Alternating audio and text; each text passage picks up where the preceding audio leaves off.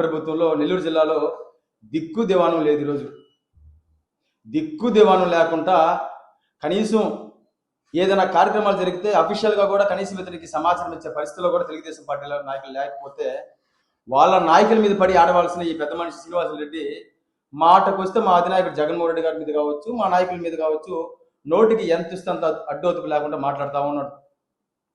నిన్నటి రోజున వాళ్ళ పార్టీకి సంబంధించిన మంత్రే నారాయణ గారు ఒక సమీక్ష ఏర్పాటు చేస్తే కనీసం ఆ సమీక్షకి ఈయనకి కనీసం ఒక సమాచారం కూడా లేకపోవడంతో తెలుస్తుంది ఇతనికి పార్టీలో ఎట్లాంటి పరిస్థితుల్లో ఇట్లా ఉన్నాడో.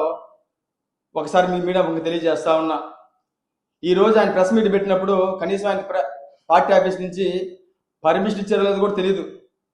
ఆయన ఎప్పుడైనా ప్రెస్ మీట్ పెడుతున్నాడు అంటే బాలకృష్ణ పేరు చెప్పుకొని ప్రెస్ మీట్ పెట్టుకోవడం తప్పితే ఏ రోజు కూడా పార్టీ ఆఫీస్ నుంచి అఫీషియల్గా కూడా ప్రెస్ మీట్ పెట్టే పరిస్థితి కూడా ఈ శ్రీనివాసరెడ్డి లేదని తెలియజేస్తా ఉన్నా.